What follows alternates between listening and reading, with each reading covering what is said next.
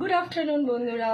এখন একটা জিনিস আমি রান্না করছি, তো তোমরা বলো তো আমি কি করছি, গেস করো। কি করে আর বলবে, আমি তো আর তোমাদের রান্নাটা দেখাইনি, তো তোমরা কি করে বলবে? কি বোকা বোকা প্রশ্ন করি দেখো না, তোমরা গেস করো আমি এখন কি করছি। আমার তো রান্নাটা হাফের বেশি হয়ে গেছে। রান্না না, একটা কিছু বানাচ্ছি। কি বানাচ্ছি গেস করো, গেস করো, গেস করো।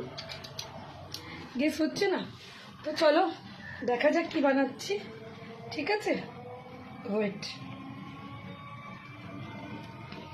এই দেখো বন্ধুরা, বানাচ্ছি হচ্ছে কুলের আচার। আগের দিন বানিয়েছিলাম, মনে আছে? সেটা বানিয়েছিলাম আমি গুড় দিয়ে। আজকে এটা বানালাম চিনি দিয়ে। তো বন্ধুরা বলো কেমন লাগছে এটা দেখে? ইচ্ছা করছে না আমিও একটু খাই? আমার এটা না হয়ে এসছে জানো। এবার আমি শেষের দিকে মশলাটা যেটা বানিয়ে রেখেছি হাফ গুঁড়ো গুঁড়ো করেছি, যাতে মশলাটা মুখে পড়ে।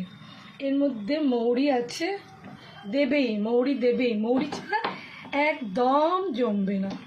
মৌরি আছে, জিরে আছে, পাঁচফোড়ন আছে, শুকনো লঙ্কা আছে, তেজপাতা আছে। এই সমস্ত মশলা দিয়ে হাফ গুঁড়ো করা আছে, ফুল গুঁড়ো না।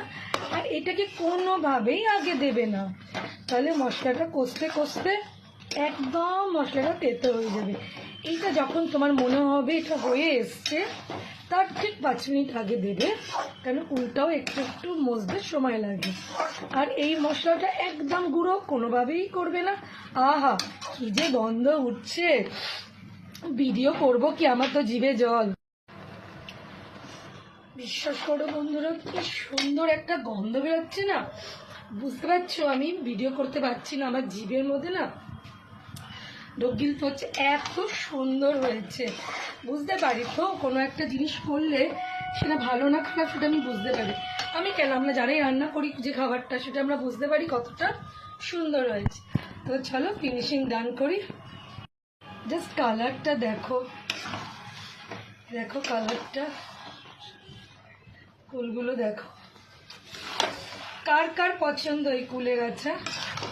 কার কার পছন্দ? আমি না আমার বাড়িতে থেকে রান্নাটা করছি দমদমে, তো যার যা আমার বাড়ির পাশে আছো তারা এসো আমার কাছে কুলের আচার খেয়ে যাও।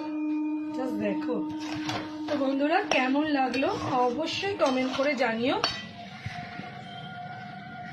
অ্যান্ড